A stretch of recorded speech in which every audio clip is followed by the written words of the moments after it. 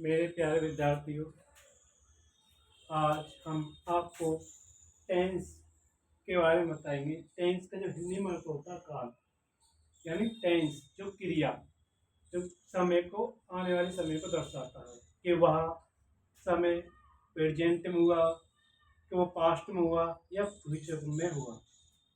और हम किसी भी हिंदी से इंग्लिश बनाते हैं या इंग्लिश से अंग्रेजी से हिंदी में ट्रांसलेट करते हैं, तो सबसे हमें इम्पोर्टेंट जो चीज़ पर जरूरत पड़ती है वो सेंटेंस की जरूरत पड़ती है।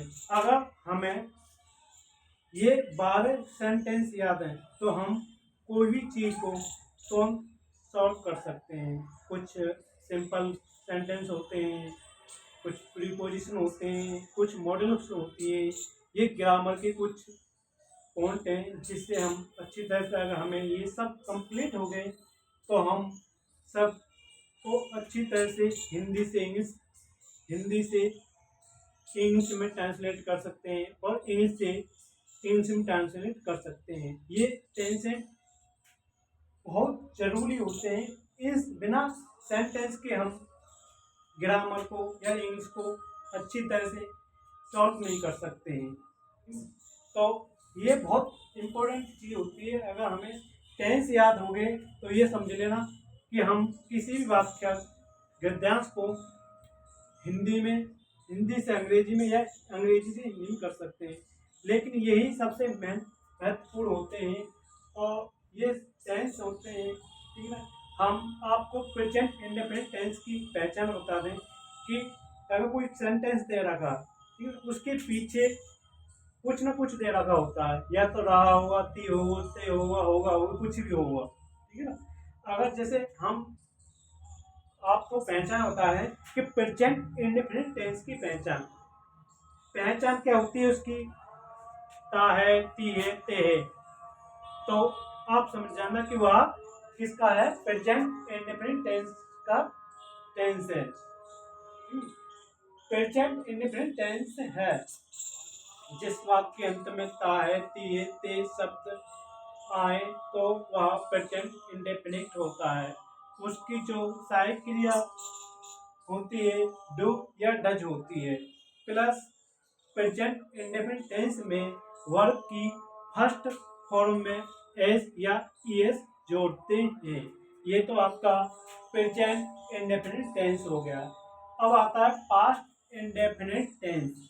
इसकी पहचान क्या होती है, किसी वाक्य के अंत में ता था, ती थी, ते थे, काकी के, दादी दे, लाली ले, पापी वे, ये आदि शब्द आए तो वो कौन सा सेंटेंस होता है, वो पास्ट इंडेफिनिट टेंस होता है। और पास्ट इंडेफिनिट टेंस में हमेशा वर्ब की फर्स्ट फॉर्म का यूज किया जाता है। और वर्ब की फर्स्ट फॉर्म का वर्ब यूज किया जाता है और जो उसकी जो सहायक क्रिया होती है वो इंटरोगेटिव नेगेटिव में यूज करते हैं, वो केवल डिड का यूज किया जाता है। ये आपका प्रेजेंट वाले सेंटेंस है, ये आपके पास्ट वाले हैं, ये आपके फ्यूचर वाले सेंटेंस है। प्रेजेंट का मतलब आप जानते हैं वर्तमान में, और पास्ट का मतलब होता है भूतकाल में, और फ्यूचर का मतलब होता है भविष्य काल में, जो आने वाले समय में होगा। प्रेजेंट में जो वर्तमान चल रहा है, भूतकाल में जो बीत चुका है। ये आपका अब आता है तीसरा नंबर है फ्यूचर इंडेफिनिट टेंस। तो फ्यूचर इंडेफिनिट टेंस की जो पहचान होती है वो होती है गा गी के, यानी इसकी अगर हम अच्छी तरह पहचान लिखें, अगर आप कोई सॉल्व कर रहे हैं, सबसे पहले हम अच्छी तरह से किसी भी चीज़ को नोट करके पढ़ें, वो आपके लिए सबसे बेहतर होता है। क्योंकि अगर आप कोई भी चीज़ मिस्टेक कर रहे हैं तो आप उसे दोबारा दोहरा सकते हैं। सबसे कोई भी चीज़ पढ़ने का सबसे अच्छा आसान तरीका यही होता है, क्योंकि उससे पहले हम उसे अच्छी तरह से नोट करें और नोट करने के बाद फिर उसे अच्छी तरीके से उसे बारी बारी से पढ़ें, ठीक है। जो इसकी जो पहचान होती है फ्यूचर इंडेफिनिट टेंस, जो किसी वाक्य के अंत में गा गी गे शब्द आ रहे हैं तो आप समझ जाना कि वो फ्यूचर इंडेफिनिट टेंस है, ठीक है। और फ्यूचर जो इंडेफिनिट टेंस की पहचान होती है वो विल प्लस शैल होती है, ठीक है। इसमें वर्ब की फर्स्ट फॉर्म लगाते हैं, इसमें कुछ नहीं होता। विल प्लस सेल और वर्ब की फर्स्ट फॉर्म। ये तो आपके हो गए प्रेजेंट इंडेफिनिट टेंस के तीनों सेंटेंस। ठीक है, ये आपके अच्छी तरह से रीड हो चुके हैं। और हम आपको अब बताने जा रहे हैं प्रेजेंट कंटिन्यूस टेंस। पहचान करके आप नोट्स कर सकते हैं। इसकी जो पहचान होती है, रहा है, रही है, रहे प्लस वर्ब की फर्स्ट फॉर्म में आईएनजी जोड़ते हैं। ठीक है ना। और इसकी जो सहायक क्रिया होती है H N R plus verb की फर्स्ट फॉर्म में आईएनजी। ठीक है, यह आपका हो गया प्रेजेंट कंटिन्यूस टेंस। ये आपका आता पास्ट कंटिन्यूस टेंस। यदि किसी वाक्य के अंत में रहा था, रही थी, रहे थे, अगर ये शब्द आ रहे हैं तो वो कौन सा सेंटेंस है? Past continuous tense. ठीक है, और पास्ट कंटिन्यूस टेंस की पहचान क्या होती है आपने पढ़ ली। और इसकी जो सहायक क्रिया होती है सब्जेक्ट के बाद जो यूज की जाती है उसे सहायक क्रिया कहते हैं। तो हैव प्लस वर्ब, और जो वर्ब आती है उसमें क्या वर्ब की फर्स्ट फॉर्म में आईएनजी जोड़ते हैं। नंबर 6। ठीक है, ये आपका कौन सा फ्यूचर कंटिन्यूस टेंस। इसकी जो पहचान होती है यानी किसी वाक्य के अंत में क्या हो, रहा होगा, रही होंगे, रहे होंगे। ठीक है, ये शब्द आ रहे हैं,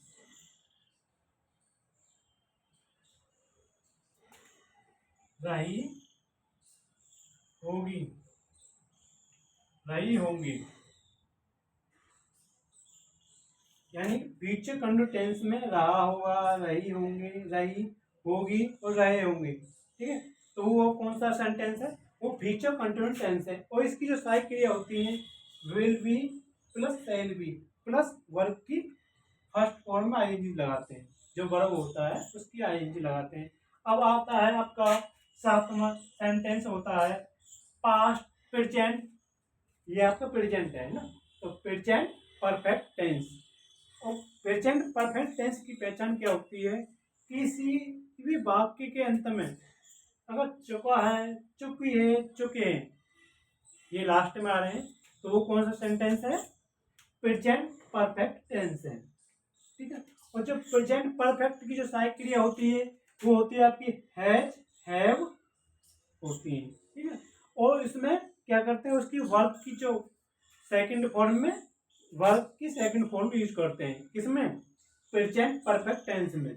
जितने आपके परफेक्ट टेंस होते हैं उसमें वर्ब की थर्ड फॉर्म का यूज किया जाता है। अब आता है नंबर 8वां सेंटेंस। यह आपका कौन सा है? Past perfect continuous tense. इसकी हम पहचान कैसे करेंगे? अगर किसी भी वाक्य के अंत में क्या रहा हो, चुका था, चुकी थे, चुके थे, किसी शब्द के अंत में चुका था, चुकी थे, चुके थे आ रहे हैं, तो वो कौन सा सेंटेंस है? पास्ट परफेक्ट सेंटेंस है। और जो इसकी जो सहायक क्रिया होती है वो होती है हैड प्लस क्या होगा, वर्ब की थर्ड फॉर्म का यूज किया जाता है। ठीक है, परफेक्ट में जितने भी सेंटेंस हैं ये वाले तीनों, इसमें क्या होती है? वर्ब की थर्ड फॉर्म यूज करते हैं। अब आता हमारा फ्यूचर परफेक्ट टेंस। इसे कैसे पहचानेंगे?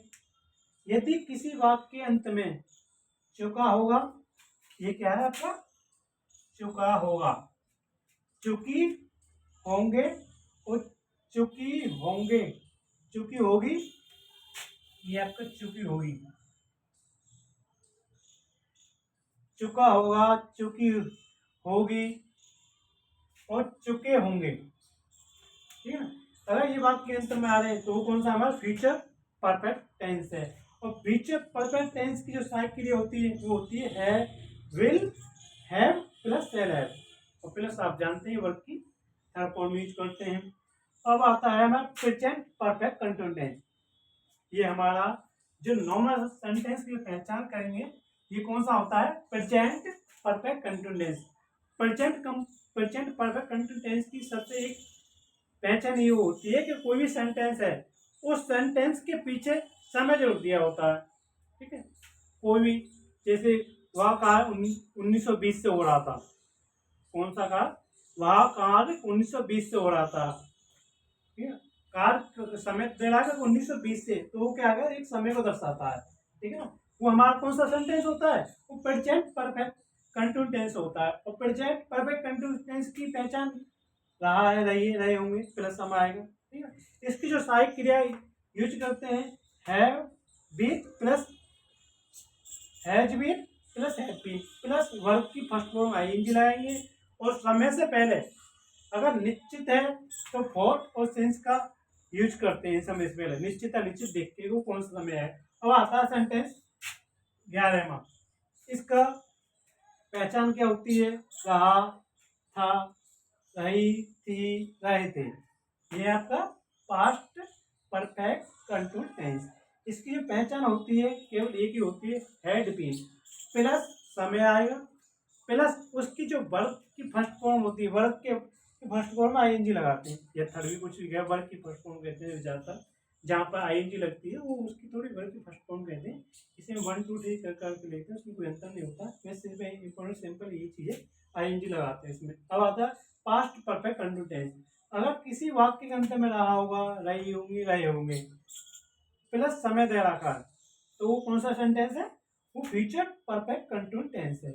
इसकी जो सहायक क्रिया होती है, विल हैव बीन और plus shall have been plus since समय और प्लस वर्ब की फर्स्ट फॉर्म में आईएनजी, ठीक है। इसमें क्या करते थे, वर्ब की फर्स्ट फॉर्म में आईएनजी लगा देते हैं, वर्ब में आईएनजी लगा देते हैं, ठीक है ना। ये तो हो गया आपके वाले सेंटेंस, ठीक है। अगर आपने अच्छी तरह से याद कर लिए तो आप ये समझ जाना कि हम किसी भी ग्रामर में आने वाली कोई चीज़ को हम कहीं भी मिस्टेक नहीं कर पाएंगे।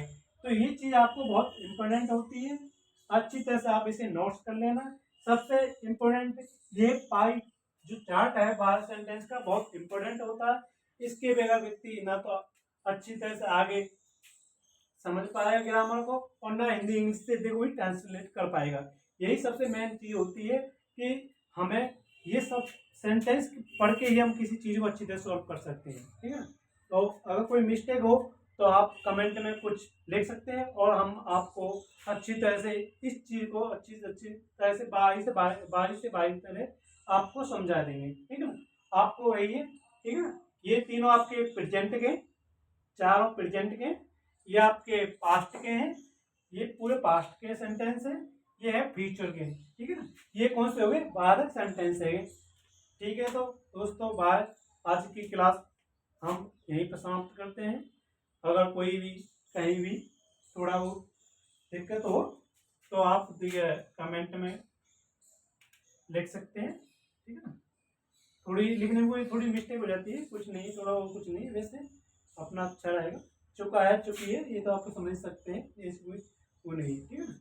अच्छी है, चलो अच्छा, थैंक यू दोस्तों, बाय बाय।